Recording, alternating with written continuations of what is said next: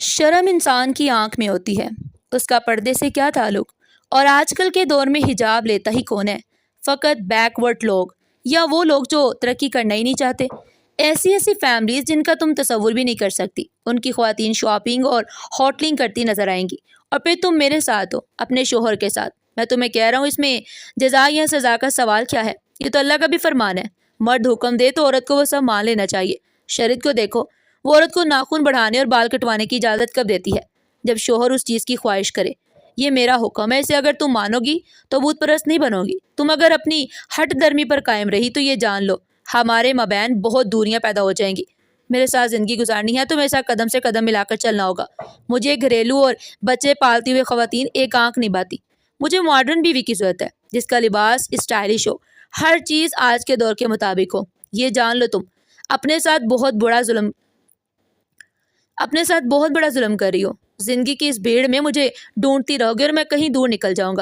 یہ وہ واحد جملہ تھا جو گھونسے کی طرح دل میں لگا، ورنہ آئے دن وہ کوئی نیا جواز، کوئی نئی دلیل سنتی اور ٹال جاتی، فقط یہ سوچ کر کہ آخر کبھی تو اس کشمکش میں اللہ تعالیٰ اس کا ساتھ دے گا اور کاشف کی یہ خواہش خود بخود ختم ہو جائے گی۔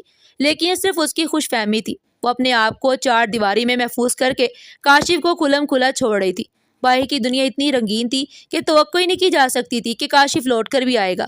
نورین ایک بیٹے کی ماں تھی، قدرت کی دی ہوئی حسن سے مالا مال، تعلیمی حیثیت میں بھی کم نہیں تھی، گریجویشن کیا ہوا تھا، خاندانی پس منظر بھی کم حیثیت نہیں تھا۔ آخر کمی کس چیز کی تھی؟ فقط بے حیائی اور بے راہ روی کی۔ وہ بے پردہ ہو کر کبھی گھر سے نہیں نکلی تھی۔ تمام خواتین بے شک دوپٹے کے ساتھ پھرے، اسے سے کیا مطلب؟ اسے تو اپنے بارے میں سوچنا تھا۔ والدین کی تربیت اور گھریلو ماحول کبھی اس طرح کا نہیں تھا، لیکن جب کاشف کی ہٹ درمی روز بڑھتی گئی اور ان کے درمیان کشیدگی پیدا ہوتی رہی تو وہ سوچنے پر مجبور ہو گئی، آخر تیسرا کون سا راستہ نکالے؟ وہ کوئی راستہ نکال نہیں پائی تھی، لیکن لگتا تھا کاشف نے راستہ نکال لیا تھا۔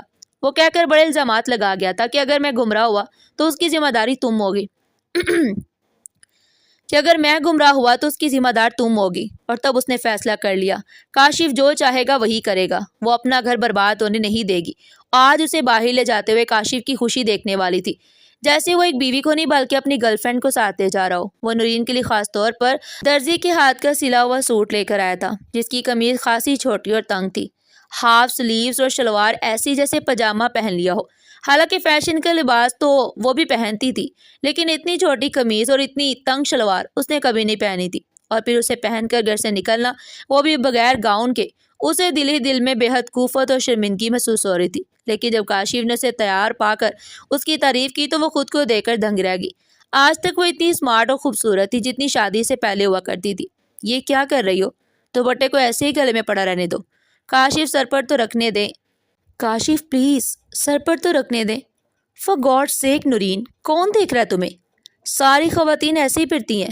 مگر بالوں کا پردہ تو وہ ہلکا پر بڑھائی۔ جب تم نے میرے کہنے سے حجاب اتار دیا ہے تو پھر بالوں کا پردہ اور چہرے کے پردے کا کوئی جواز باقی نہیں رہتا۔ کیوں تم مجھے بار بار پریشان کرتی ہو؟ کیا میں مسلمان نہیں ہوں؟ تعلیم یافتہ نہیں ہوں؟ شریعت کو نہیں جانتا کیا؟ تم صرف یہ سوچو کہ تم میرے ساتھ ہو اور یہ کس کے پاس رہے گا؟ کاشف کی نگاہ ایک دم عبداللہ پر پڑی جو قریب اپنے کھلونوں سے کھیل رہا تھا۔ کیا مطلب؟ یہ ہمارے ساتھ نہیں جائے گا؟ تم اسے سنبھالو گی یا مجھے کمپنی دو گی؟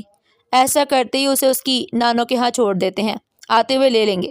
نورین نے یہ سوچ کر حامی بڑھ لی۔ وہ پہلی بار جس حلیے میں گھر سے نکل رہی تھی، بہتر یہی عبداللہ کو نانی کے پاس چھوڑ دے۔ عبداللہ شرارتی اور بے چین طبیعت کا مالک تھا، ایسا نہ ہو کہ اسے شرمندگی کا سامنا کرنا پڑے۔ وہ ہر قسم کے کھانوں سے واقف تھی، اٹالین اور چائنیز اچھے سے اچھا بنا لیتی تھی۔ ہر قسم کا کھانا اس نے کھایا ضرور تھا، لیکن کسی ہوٹل میں بیٹھ کر کھانا اسے پریشان کر رہا تھا۔ لیکن جب اس نے کاشف کی طرف دیکھا کہ وہ بہت خوش اور کانفیڈنٹ ہے تو وہ اس کا ساتھ دینے لگی۔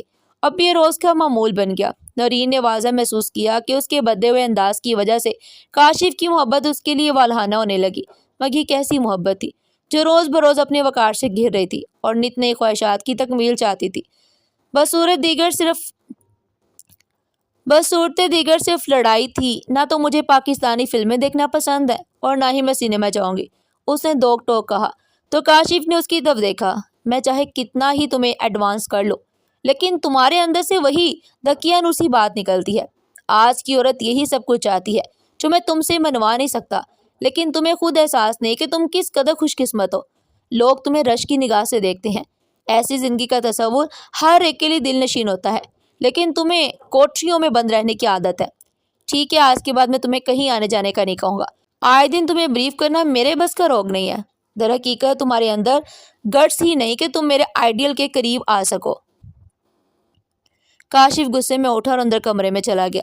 نورین کو پتا تھا کہ وہ تھوڑی دیر میوزک سنے گا، پھر تیار ہو کا گاڑی کی چابی اٹھائے گا اور گھر سے باہر چلا جائے گا۔ اگلے ہی پل ایسا ہی ہوا۔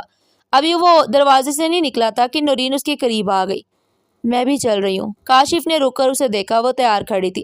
اس کا غصہ جاگ کی طرح بیٹھ گیا۔ اسے سگریٹ کی بدبو کی وجہ سے گھٹن ہونے لگی۔ کاشف کا شوق دیکھ کر وہ حیران تھی کہ اس میں کون سی انوکھی چیز تھی۔ اس فلم میں وہی بارش کے گانے اور مارڈار، یہ سب وہ گھر پر بھی تو دیکھ سکتا تھا۔ سینما سے نکلتے ہوئے کاشف بہت خوش تھا۔ لوگوں کے ہجوم سے نکلتے ہوئے اسے سخت کوفت محسوس ہو رہی تھی، لیکن ایسی کوفت کاشف کو چھو کر بھی نہیں گزرتی۔ واہ، کیا شاندار زبردست جوڑی ہے۔ محفل میں موجود ایک ٹولی نے فکرہ کسا تو اس کے قدم لرز گئے، جبکہ کاشف کا سینہ فخر سے بھر گیا۔ اور پھر اسی طرح گزرتے ہوئے کئی لوگوں کی پرشوق نگاہیں اور ایسے ہی فکرے کاشف کے اندر جوش بھر رہے تھے۔ دیکھا لوگ ہمیں کس قدر رشک و حسد سے دیکھتے ہیں۔ گھر آنے کے بعد اس کا فخر سے بھرا رویہ نورین نے حیران ہو کر کاشف کی طرف دیکھا، لیکن وہ اپنے ہی جنون میں تھا۔ جب مجھے اللہ تعالیٰ نے خوبصورت بیوی سے نوازا ہے تو میں کیوں اسے چھپا کر رکھوں؟ تمہیں پتا ہے اس وقت 4 چاند لگ جاتے ہیں جب ماڈرن اور خوبصورت بیوی قدم بقدم ہمارے ساتھ ہو۔ نورین آئینے کے سامنے برش کر رہی تھی۔ تمہاری بے روی اور گمراہ خیالات مجھے یہ سوچنے پر مجبور کرتے ہیں کہیں تم بھٹک نہ جاؤ، یہ خواہش تمہیں کسی اور کی طرف راغب نہ کر دے، اور یہی سوچ مجھ سے وہ سب کچھ کرواتی ہے جو میں چاہتی نہیں ہوں۔ نورین سوچ رہی تھی۔ کاشف نورین کے گندمی براؤن بالوں کو بڑے غور سے دیکھ رہا تھا۔ انہیں ایسے ہی کھلا چھوڑ دو اور میرے پاس آ جاؤ۔ نورین نے کلپ وہیں چھوڑ دیا اور کاشف کے قریب آ گئی۔ عبداللہ قریب ہی سو رہا تھا۔ کاشف نے شوق شرارت سے نورین کی طرف دیکھا اور اس کے بالوں کو نرمی سے چھوتے ہوئے بولا، تم کتنی اچھی ہو نورین، میری ہر بات مانتی ہو۔ اس پر بے خودی چھانے لگی تھی۔ کاش تم مجھ سے اپنی ہر بات ایک دائرے میں رہ کر منواتے۔ نورین یہ بات صرف سوچ کر رہ گئی۔ مجھے ایسے لگتا ہے جیسے میرا دل میرے اختیار میں نہیں ہے۔ مجھے راتوں کو نیند نہیں آتی۔ مجھے ایسے لگتا ہے جیسے وہ اگر مجھے نہ ملے تو میں مر جاؤں گا۔ مجھے اسے محبت نے عشق ہو گیا ہے۔ مجھے اسے پانا ہے ہر حال میں، ہر قیمت میں۔ وہ اگر نہ ملی تو میں مر جاؤں گا۔ آخر پتہ تو چلے کہ وہ ہے کون جس کے پیچھے تم مارنے پر تلے ہوئے ہو۔ عادل نے خالی نگاہوں سے کمرے میں بیٹھے اپنے سارے دوستوں کی طرف دیکھا اور جھٹکے سے کھڑا ہو گیا۔ میں نہیں بتا سکتا، نہیں بتا سکتا۔ وہ دیوانوں کی طرح چلانے لگا اور پھر کمرے سے نکل گیا۔ سارے دوست اس کا مذاق اڑانے لگے۔ اس بیماری میں آخر کون مبتلا نہیں ہوا، لیکن یہ تو جیسے دیوانہ ہو گیا، جب دیکھو الٹی سیدھی ہانکتا رہتا ہے۔ اس سب میں کاشف بھی شامل تھا۔ چند روز میں خود ہی ٹھیک ہو جائے گا۔ یار دوستوں نے لاپرواہی سے سوچا تھا، لیکن عادل مطمئن نہیں ہوا۔ نہ جانے اس کے دل کو کیا ہو گیا تھا۔ اس لڑکی کے گھنے بال، اس کا انتہائی حسن، وہ ذہن سے جھٹکنا بھی چاہتا تھا، تب بھی نہیں جھٹک سکتا۔ حالانکہ وہ اتنا بھی دل پھینک نہیں تھا کہ آئے دن دل کے مرض میں گرفتار ہو جاتا۔ اب دل اختیار میں نہیں تھا۔ دل کرتا تھا روز اس کے گھر جائے اور اسے وہ دیکھے، آنکھوں کو ٹھنڈک ملے، دل بے قرار دل کو قرار آئے۔ لیکن جانے کے بعد تشنگی اور بھی بڑھ جاتی۔ وہ چلتی پھرتی تو لگتا قیامت اس کے پاس سے گزر رہی ہے۔ عادل بھائی، آپ تو بالکل ہی خاموش ہو کر رہ گئے ہیں۔ تمہیں نہیں پتا، اسے نیا عشق ہوا ہے۔ کاشف کے لفظوں پر اس کے رونگٹے کھڑے ہو گئے۔ نورین ہنس پڑی۔ پھر اس عشق کا علاج کیوں نہیں کر لیتے؟ ویسے بھی آنٹی کو یہ فکر مارے جا رہی ہے کہ سبھی دوست رشتے ازواج میں منسلک ہو گئے ہیں، فقط آپ کی آنٹی کی مشکل آسان کر دیجیے نا۔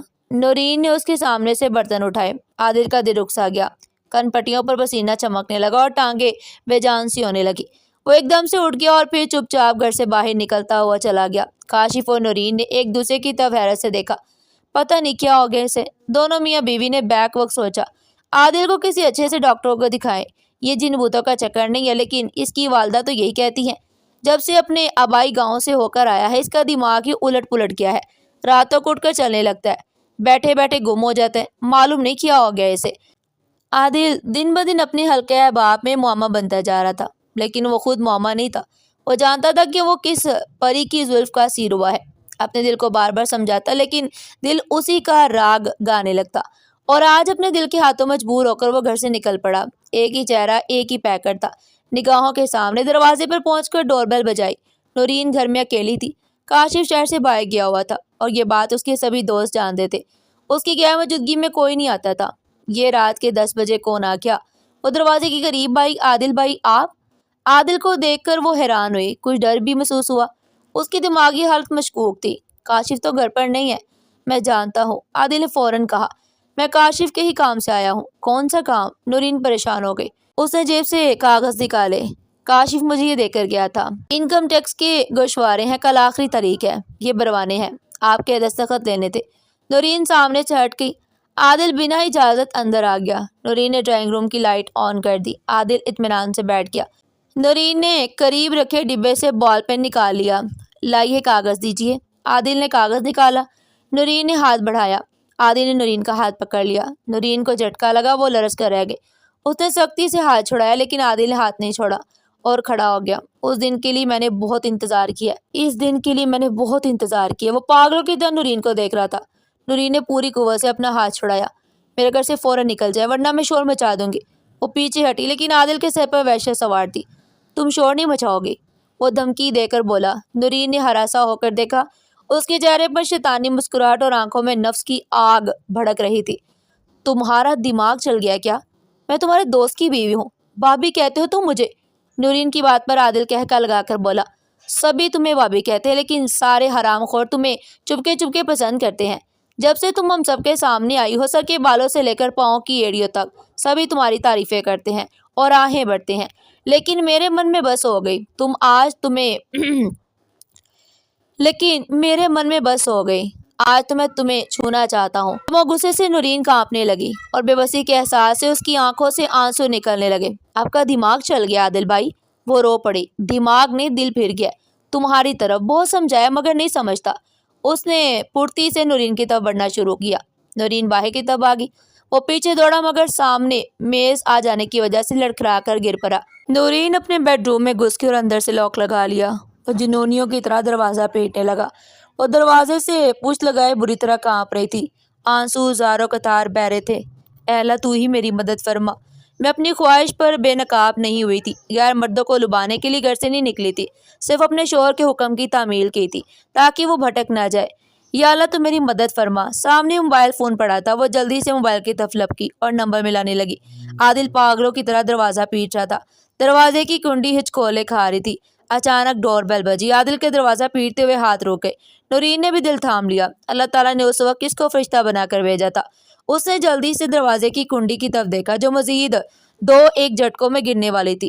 ڈور بیل مسلسل بج رہی تھی۔ عادل بھائی دم سادے کھڑا تھا اور نورین اندر۔ نورین کے موبائل کی بیل بجی۔ اچانک ڈور بیل بجی۔ عادل کا دروازہ پیٹتے ہوئے ہاتھ روک گئے۔ نورین نے بھی دل تھام لیا۔ اللہ تعالیٰ نے اس وقت کس کو فرشتہ بنا کر بھیجا؟ اس نے جلدی سے دروازے کی کنڈی کی طرف دیکھا جو مزید 2 ایک جھٹکوں میں گرنے والی تھی۔ ڈور بیل مسلسل بج رہی تھی۔ عادل بھائی دم سادے کھڑا تھا اور نورین اندر۔ نورین کے موبائل کی بیل بجی۔ کاشف، وہ پاگل کی طرح بولی، تم اس وقت شہر سے باہر ہو اور میں تمہیں مدد کے لیے بھی نہیں پکار سکتی ہوں۔ وہ رو رہی تھی۔ میں بہت اکیلی ہوں، وہ روئے جا رہی تھی۔ نورین، میں گھر کے باہر کھڑا ہوں، تم دروازہ تو کھولو، کیوں خوف زدہ ہو رہی ہو تم؟ کاشف تمہارا دوست عادل۔ اس نے اتنا کہا اور بے ہوش ہو گئی۔ اسے جب ہوش آیا تو کاشف اس کے قریب بھی کھڑا تھا، فکر و ملال میں ڈوبا۔ اس کا چہرہ پورے واقعے کی تفسیر تھا۔ نورین اب بھی خوفزدہ دکھائی دے رہی تھی۔ اس نے چاروں طرف دیکھا اور کاشف کا ہاتھ سختی سے پکڑ لیا۔ کاشف اس کے قریب بیٹھ گیا۔ گھبراؤ نہیں، میں تمہارے پاس ہوں۔ نورین ہراساں سے کاشف کی طرف دیکھنے لگی جیسے اسے کاشف کے تحفظ پر یقین نہیں آ رہا تھا۔ کاشف کے ہاتھ کا لمس نورین کے ہاتھ پر گہرا ہو گیا اور وہ بوجھل سے لہجے میں شکستہ احساس سے چور ہو کر بولا، مجھے نہیں پتا تھا میرے دوست اتنے گھٹیا نکلیں گے، لیکن جو کچھ بھی ہوا میری وجہ سے ہوا۔ یہ کہتے ہوئے کاشف کی نظریں احساس جرم سے جھکی ہوئی تھی۔ آپ تو شہر سے باہر جانے والے تھے، پھر آپ؟ نورین پوچھ رہی تھی۔ دراصل میرے باس کا فون آیا تھا، وہ بہت گھبرایا ہوا تھا۔ اس کا بیٹا جو ہمارے عبداللہ سے چند مہینے بڑا ہے ایک منزل سے گر گیا۔ میں اسی وقت گھر سے نکل رہا تھا، میں باس کے گھر چلا گیا، پھر وہاں سے بچے کو لے کر ہم ہاسپٹل چلے گئے۔ باس کے میرے سبھی دوست وہاں اکٹھے ہو چکے تھے سوائے عادل کے۔ عادل کے غیر موجودگی ہمارے لیے کوئی اتنی اہم نہیں تھی کیونکہ چند دن سے اس کی ذہنی حالت ہم سب کے سامنے تھی۔ ہاسپٹل میں تقریباً 4 یا 5 گھنٹے رکنا پڑا۔ بچے کے سر کا آپریشن ہوا ہے، کل صبح تک اس کی حالت کے بارے میں کچھ نہیں کہا جا سکتا۔ میں تو وہیں رکنا چاہتا تھا لیکن باس کے بھائی آ گئے تھے، اس لیے انہوں نے ہم سب کو گھروں کو بھیج دیا۔ میں گھر لوٹا تو عجیب تماشا دیکھنے کو ملا۔ گھر کی بیرونی ساری لائٹس آف تھی۔ اس چیز نے مجھے ذرا پریشان کیا۔ مجھے لگا کہ تم یہاں نہیں ہو، شاید اپنی امی کے پاس چلی گئی ہو، لیکن دروازہ لاک نہیں تھا۔ میں نے بیل دی، گھر میں مجھے غیر معمولی سا شور محسوس ہوا، پھر ایک دم وہ شور تھم گیا۔ میں بار بار بیل دے رہا تھا، اچانک تمہارا فون آیا۔ تمہاری گھبراہٹ اور عادل کا نام سن کر میرے ارد گرد خطرے کی گھنٹیاں بجنے لگی۔ میں نے زور زور سے دروازہ بجایا تو ارد گرد کے لوگ اکٹھے ہو گئے، لیکن عادل نے دروازہ نہیں کھولا۔ ہمسائے کی مدد سے میں گیٹ کے اندر داخل ہوا۔ میرے پیچھے 2-3 لوگ اور بھی تھے۔ مجھے دیکھ کر اتنا شدید دھچکا لگا کہ عادل دوسرے صحن سے دیوار پھلانگنے کی کوشش کر رہا تھا۔ لوگوں نے اسے پکڑ لیا۔ میں نے اس کی آنکھوں میں ہوس و نفس کی شیطانی آگ جلتی دیکھی۔ اگر وہ دیوانگی کی حالت میں ہوتا تو مجھے دیکھ کر بھاگتا کیوں؟ وہ ذہنی مریض نہیں تھا۔ دانستہ میرے گھر میں داخل ہوا تھا۔ مجھے صرف ایک لمحہ لگا یہ جاننے میں۔ لوگوں نے اسے مارنا پیٹنا شروع کر دیا اور پولیس کے حوالے کر دیا۔